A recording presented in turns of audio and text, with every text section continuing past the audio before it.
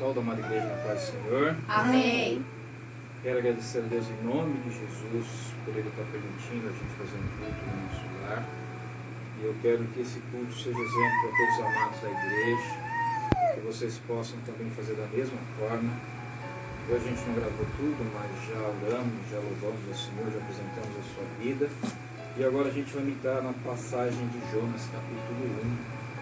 A palavra que Deus revelou ao meu coração, mediante um pedido referente ao momento que a gente está enfrentando, se era para fechar a igreja por esse espaço de tempo e outras coisas que eu coloquei na mão do Senhor. Então vou começar a fazer a leitura da palavra. A palavra do Senhor diz assim, Jonas capítulo 1. E veio a palavra do Senhor a Jonas, filho de Amitai, dizendo: Levanta-te, vai à grande cidade de Nínive e clama contra ela, porque sua malícia subiu até mim. E Jonas se levantou para fugir diante da face do Senhor para Tarsis, e descendo a Jope, achou um navio que ia para Tarsis. Pagou, pois, a sua passagem e desceu para dentro dele, para ir com eles para Tarsis, e diante da face do Senhor. Mas o Senhor mandou ao mar um grande vento, e fez-se no mar uma grande tempestade, e o navio estava para quebrar-se. Então temeram os marinheiros, e clamava cada um ao seu Deus, e lançavam no mar as fazendas que estavam no navio, para o aliviarem do seu peso. Jonas, porém, desceu ao lugares do porão e se deitou e dormia por profundo sono. E um mestre do navio chegou-se a ele e disse-lhe: Que tens, dormente? Levanta-te e invoca o teu Deus, talvez assim Deus se lembre de nós, para que não pereçamos. E dizia cada um ao seu companheiro: Vinde e lancemos sorte, para que saibamos por que causa nos sobreveio este mal. E lançaram sortes, e a sorte caiu sobre Jonas. Então lhe disseram: Declara-nos tu agora, por que razão nos sobreveio este mal? Que ocupação é a tua? E de onde vens? Qual é a tua terra? E de que povo és tu? E ele lhe disse: Eu sou hebreu, e temo ao Senhor, Deus do céu, que fez o mar e a terra seca. Então os homens se encheram de grande temor e lhe disseram: Por que fizeste tudo isso? Pois sabiam os homens que fugiam diante do Senhor, porque ele o tinha declarado. E disseram: O que te faremos nós para que o mar se acalme? Porque o mar se elevava e engrossava cada vez mais. E ele lhe disse: Levantai-me e lançai-me ao mar. E o mar se aquietará, porque eu sei que por minha causa vos sobreveio essa grande tempestade. Entretanto os homens remavam, esforçando-se por alcançar a terra, mas não podiam, porquanto o mar se ia esbravecendo cada vez mais contra eles. Então clamaram ao Senhor e disseram: Ah, Senhor, nós te rogamos, não pereçamos por causa da vida deste homem, não ponha sobre nós o sangue inocente, porque tu, Senhor, fizeste como te aprouve. E levantaram Jonas e lançaram no mar, e cessou o mar da sua fúria. Temeram, pois, esses homens ao Senhor com grande temor, e ofereceram sacrifícios ao Senhor e fizeram votos. Deparou, pois, o Senhor um grande peixe para que tragasse a Jonas, e esteve Jonas 3 dias e 3 noites nas entranhas do peixe. Amém, igreja? Amém. Vamos prestar atenção no que Deus está falando. O primeiro versículo já fala conosco de uma maneira bem clara. E veio a palavra do Senhor a Jonas, filho de Amitai, dizendo: Levanta-te, vai à grande cidade de Nínive e clama contra ela, porque sua malícia subiu até a mim. Se a gente meditar nessa passagem, o texto de Jonas, a gente sabe que Deus estava chamando o profeta para que ele levasse uma palavra para esse povo de Nínive, pois ele deixou bem claro o que ele observava, e ele viu que a malícia daquele povo tinha subido até o Senhor. Hoje, infelizmente, a gente está vivendo situações iguais a essa. O mundo está pervertido, o mundo está buscando seu próprio interesse, o mundo está fazendo práticas que se afastam do Senhor. E quando eu falo no mundo, eu estou incluindo também a igreja. Infelizmente, hoje, as palavras que a gente vê em muitas situações, ou as atitudes, ou os comportamentos, não condizem com o que Deus quer falar através das nossas vidas, como nosso testemunho. E infelizmente o homem está ganancioso, o homem quer ganhar mais, o homem quer posição, o homem quer status, e muitas vezes esquece o nosso poderoso Deus.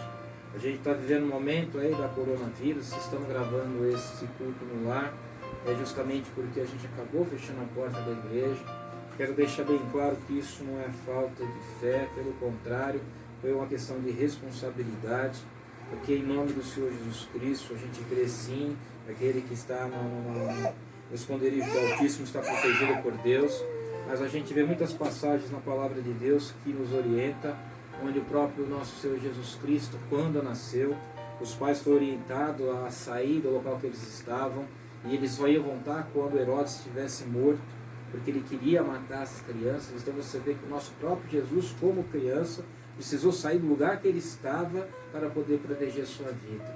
E quem avisou isso? O próprio Pai, nosso Deus. Então a gente entende o que, e esse momento, independente de a gente estar no lugar que a gente chama de templo, a gente entende que a igreja do Senhor somos cada um de nós. E o que Deus espera que a gente faça é que a gente reúna a família como estamos reunindo agora, para cultuar Ele e prestar culto. Para a gente parar de ficar na mídia, no celular, no WhatsApp ou qualquer outra situação e não ter um momento com a família, para que a gente olhe no olho um do outro, para que a gente possa compartilhar esse momento para a glória do nome do Senhor.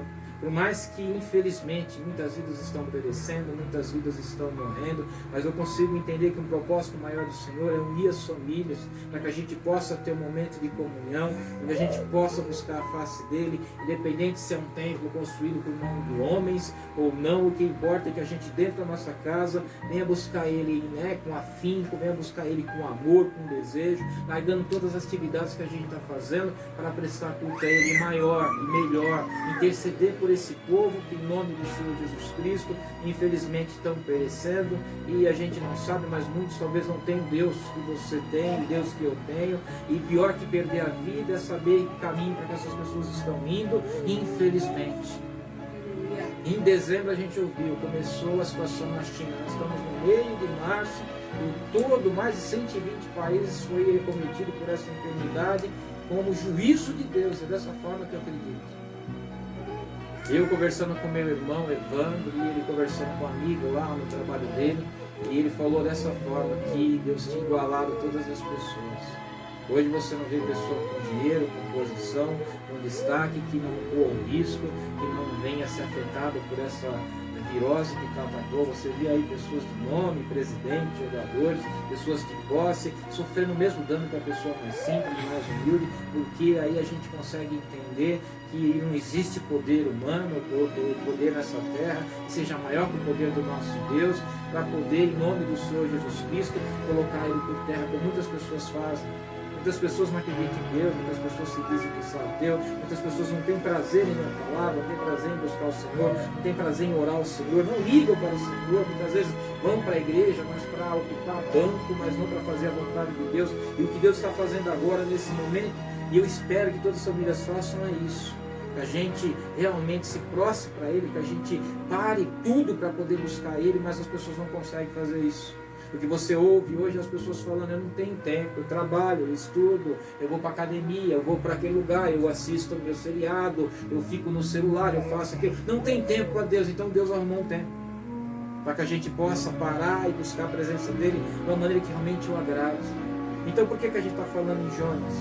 Porque a gente viu no decorrer do texto que Jonas, ouvindo o que Deus tinha falado, ele teve medo, porque ele sabia da truculência que era o povo de Nínive, o que o povo podia fazer. Eles matavam as pessoas, eles empalavam as pessoas por conta da maneira agressiva como eles agiam. E hoje a gente está vivendo a mesma coisa no nosso mundo. A gente só não tem um povo que faz isso de uma maneira direta, mas a gente vê pessoas morrendo, a gente vê pessoas presas, escravas da droga, a gente vê pessoas presas aos vícios, às vaidades, o egoísmo, o orgulho, cada um pensando em si, muito menos preocupado com o outro. Hoje eu vendo um vídeo lá, as pessoas se matando para pegar um vidrinho de álcool gel no mercado, o gerente pedindo para ter calma, e as pessoas uma por cima da outra, esqueceram até do problema, porque cada um está vivendo por si hoje.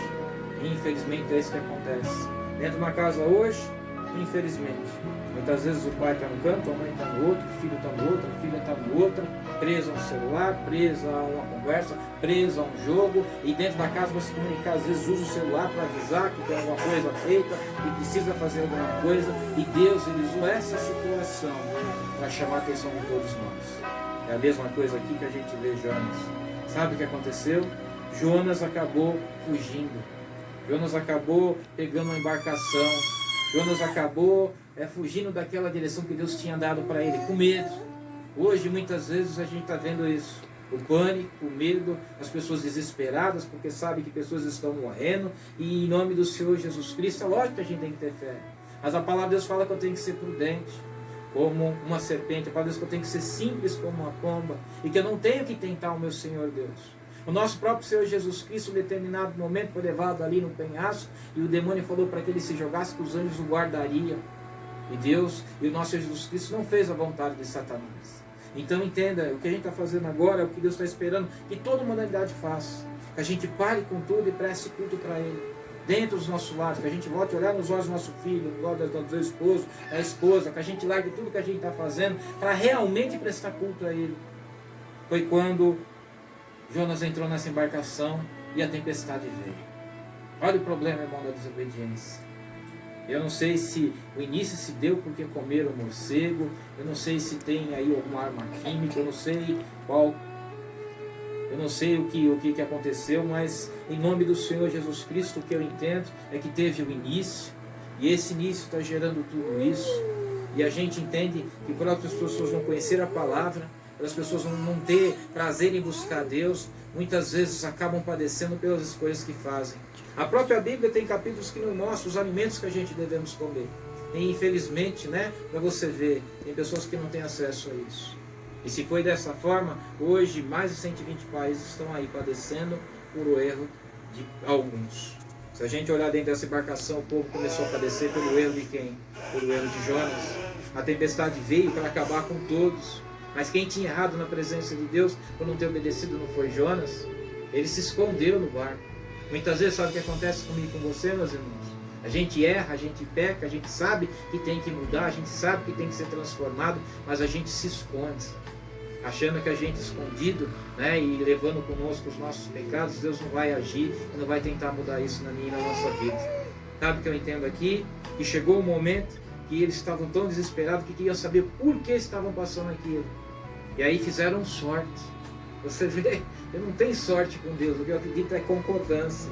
Mas a própria sorte acabou acusando Jonas e ele acabou falando o que para eles? Eles estavam padecendo porque ele não tinha obedecido a Deus. Então eu consigo ver em Jonas, pelo menos nesse momento, humildade para reconhecer que pecou. E eu creio, em nome do Senhor Jesus, quando ele falou aquilo para eles, eles ainda tentaram algumas coisas, para ver se conseguiam apaziguar aquela tempestade, mas não conseguiram. Aí perguntaram para o próprio Jonas. E você vê que Deus revela aos profetas até a situação que ele vai viver e de que forma tem que acontecer, porque ele falou para Jonas, olha, e ele avisou para eles, me joga no mar que essa tempestade vai passar. E eles tentaram mais um pouco e não conseguiram que a tempestade passasse, fizeram o que? Jogaram Jonas. Aí eu falo para você, Jonas morreu no meio do mar? Não, a palavra diz que Deus preparou um grande peixe. E diz o que a palavra de Deus, que Jonas ficou quantos dias na barriga do peixe? 3 dias e 3 noites. E sabe o que aconteceu lá dentro?